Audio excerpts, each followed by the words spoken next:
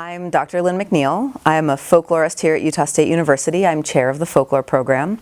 So the Bear Lake Monster is a classic lake monster cryptid example.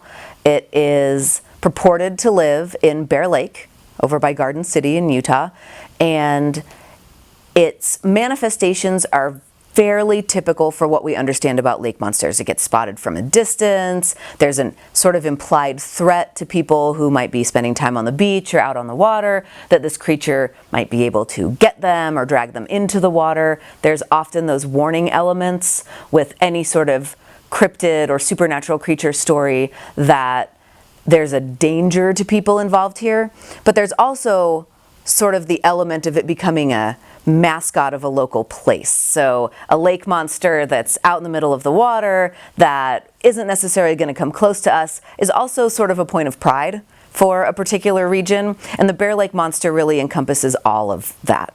And we can see an easy comparison to probably the most famous lake monster in the world, the Loch Ness Monster, where we have sort of that dual nature. There's maybe a threat. It could be a little bit dangerous. If you're out on the water, this could be a frightening experience, but it's also very definitely a major point of pride for people who live near Loch Ness or who visit Loch Ness to say, I've been to this place, I bought the souvenir stuffed Nessie to take home with me to remember that experience. It's an interesting question whether or not something like a local monster is a point of pride for people, and I think it really comes down to an individual basis. There's a lot of different reasons that any type of folklore stays alive or stays active. And for some people, it could be an eye-rolling, oh, please don't think we believe this. We are not the backwoods hicks you think we are. This is not a thing for most of us.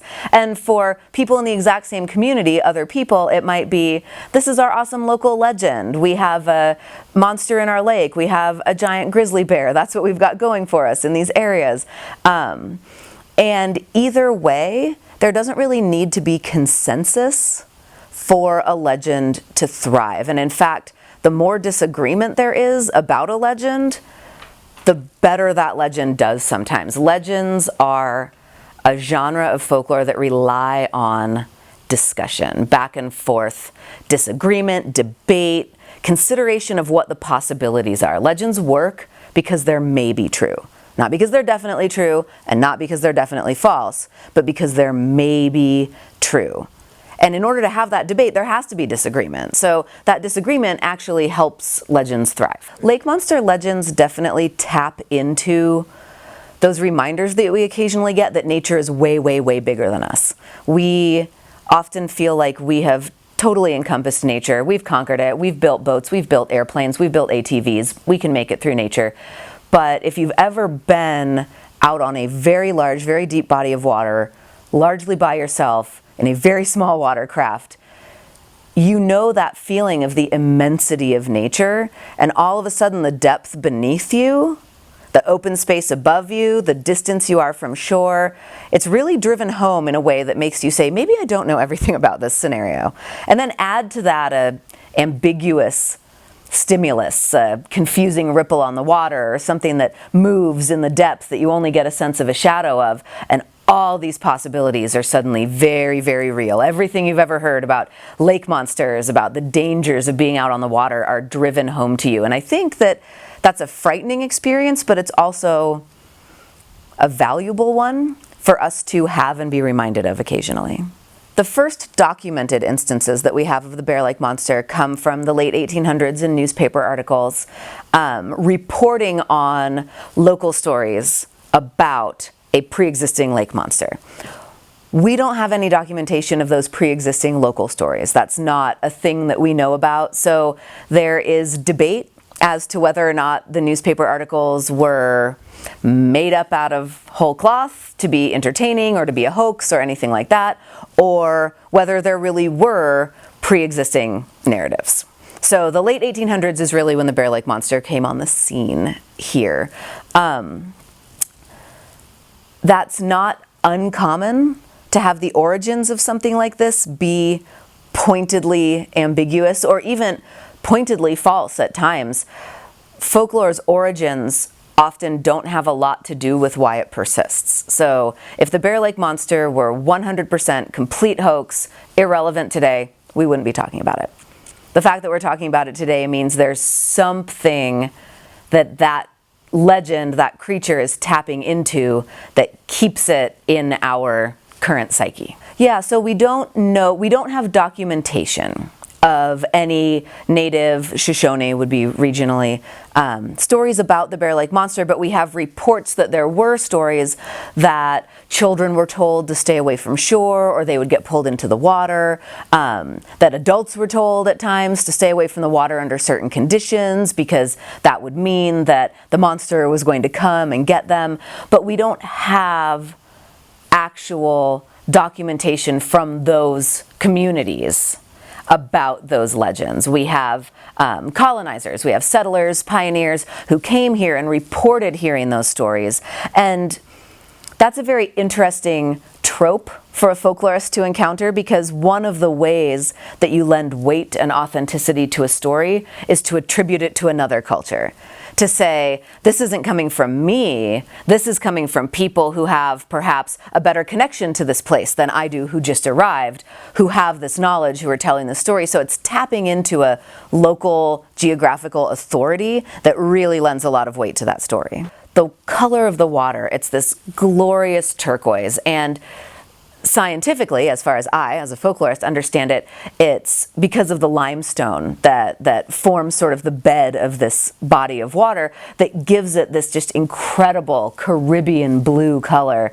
But to the average person not expecting something that looks like the Caribbean in the middle of the Intermountain West, that's something that is begging for explanation. So if this lake is special and unique in this obvious, visible way, what else about it is unique? What else about it is different? How else does it make this place special and singular? One of my favorite stories about Bear Lake, and you can confirm this for me because I don't know if this is true, in fact, but it's a very popular secondary legend to the Bear Lake Monster, is that Bear Lake has in it a particular species of small fish that is only found also in Loch Ness. I have no idea if this is true, but I love it as a story because people will tell that story and the obvious implication is, and they both also have lake monsters. And I don't think anyone's saying that that's actual evidence of this, though there is the additional layer of legend that there are underwater and underground tunnels running between Bear Lake and Loch Ness, which would explain, perhaps, the presence of both the fish and the lake monster. And explain also the reasons for the lack of regular sightings. Half the time, the monster's in Scotland. The other half the time, the monster's in Utah. I don't believe this is geographically possible, but it's interesting to see the way that sort of pseudoscience fills in what previously would be probably supernatural legends, and now we get these scientific-ish explanations that let us help keep that legend alive.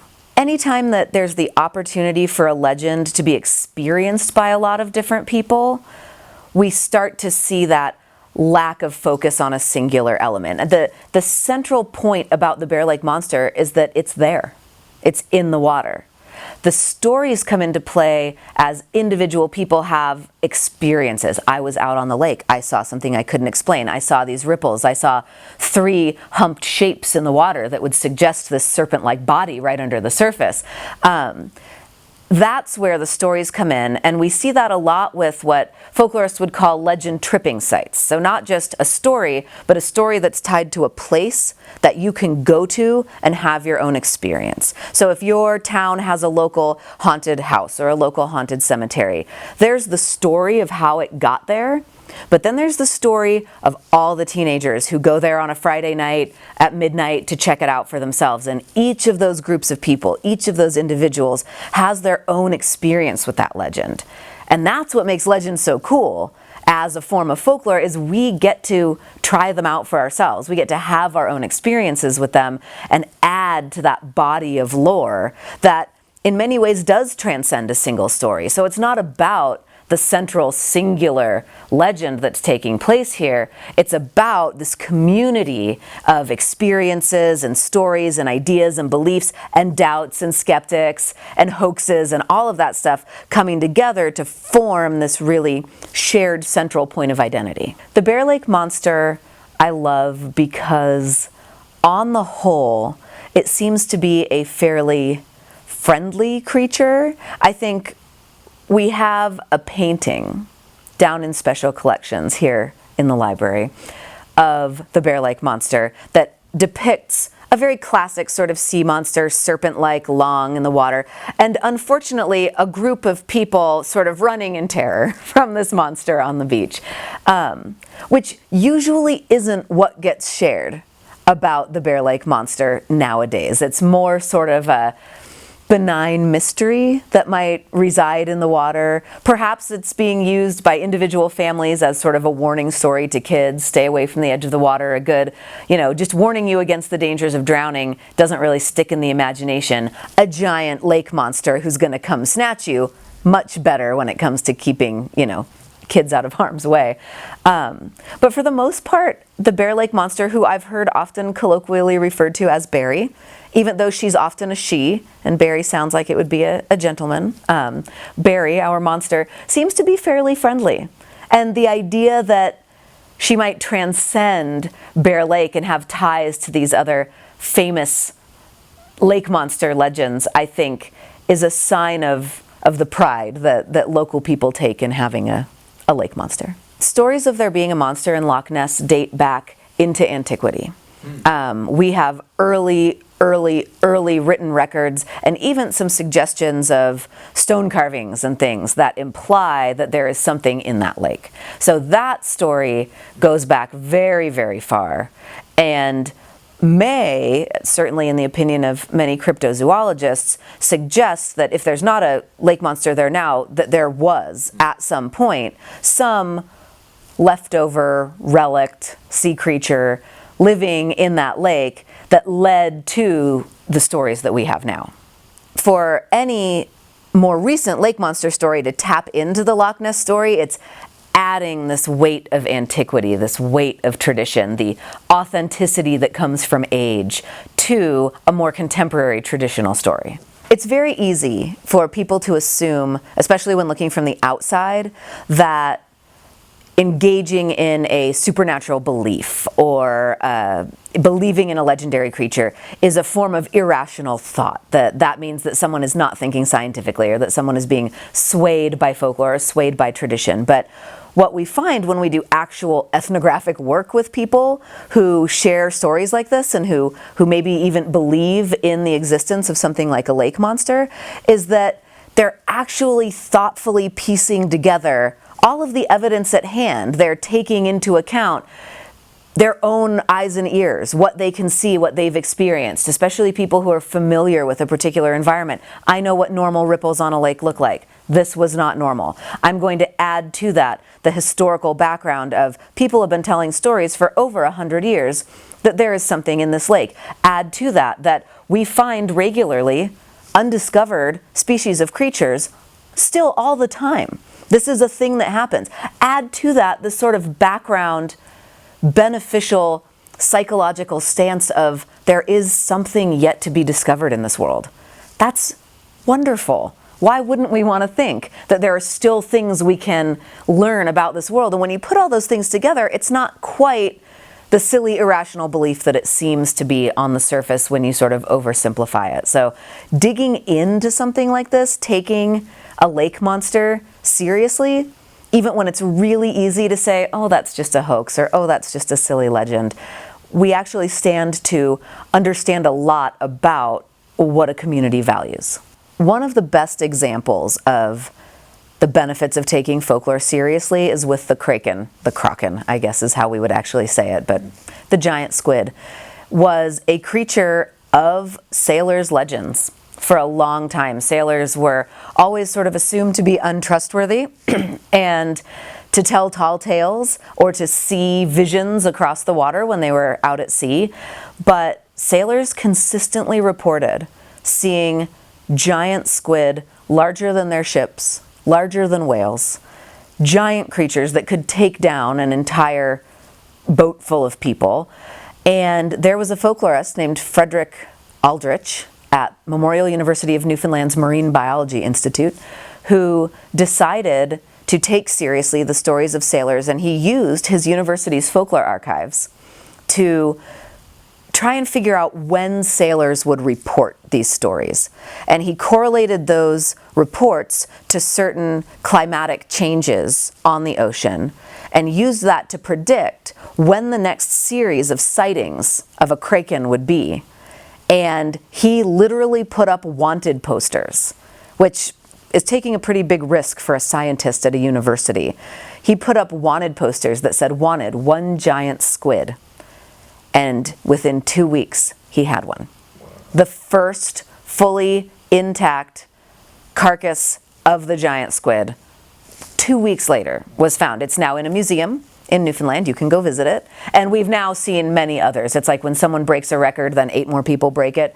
The minute that we had the giant squid, we had a bunch of giant squids. But it was really through taking legend and belief seriously and saying there might be something more than just storytelling or fabrication going on here that we made a real significant scientific breakthrough. Cool. When was that? I want to say it was in the 1960s. Okay. And there had been pieces of squids or whale carcasses with huge sucker marks on them that had seemed to suggest a squid of the dimensions of the mythical kraken, but no one had actually ever proven it.